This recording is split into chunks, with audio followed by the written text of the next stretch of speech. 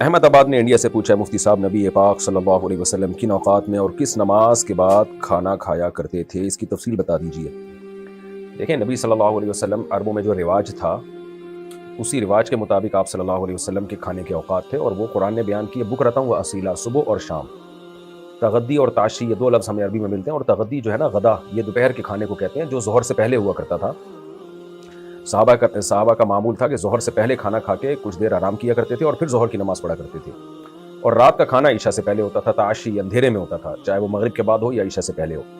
یہ دو ہی کھانے ہوتے تھے۔ ناشتے کا لفظ ہمیں قدیم عربی میں نہیں ملتا،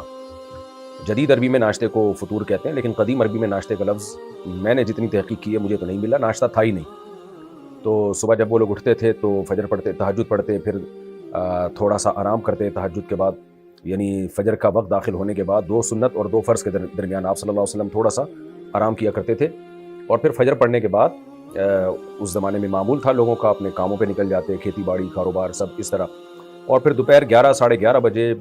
جو ہے جب بھوک اچھی طرح چمک جایا کرتی تھی اس وقت کھانا کھایا کرتے تھے، پھر تھوڑا سا قیلولہ کرتے، تھوڑی سی نیند لیتے، اور اس کے بعد ظہر پڑھتے۔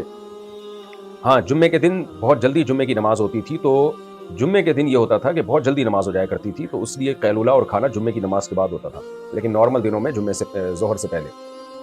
اور رات کو پھر وہ لوگ کھانا کھاتے اور اس کے بعد عشاء کی نماز پڑھتے ہی سو جایا کرتے تھے۔ یہ معمول تھا 2 ٹائم کا کھانا، یہی سنت ہے۔ البتہ نبی صلی اللہ علیہ وسلم نے جو آپ کا اپنا تھا کھانے کا ٹائم تو یہی تھا، لیکن ہمیں نہیں ملتا کہ آپ نے 2 ٹائم کبھی پیٹ بھر کے کھایا ہو،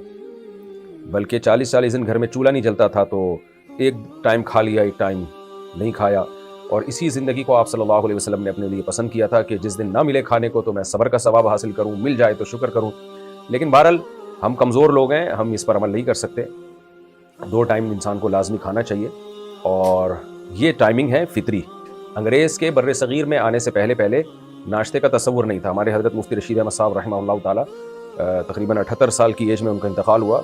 تو وہ بتایا کرتے تھے کہ ہم نہیں جانتے تھے ہندوستان میں ناشتہ کیا ہوتا ہے، یہ انگریز نے متعارف کروایا ہے۔ کہتے ہیں ہم تو یہی دوپہر کو اور رات کو کھانا، میں بھی گاؤں دیہاتوں میں رہا ہوں،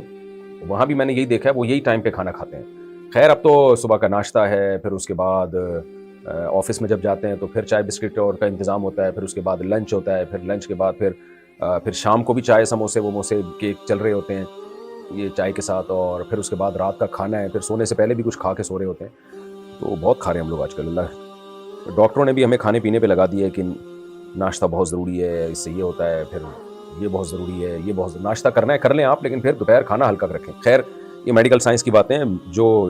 نبی کی سیرت اور سنت سے جو ہمیں کھانا ملتا ہے وہ 2 ٹائم۔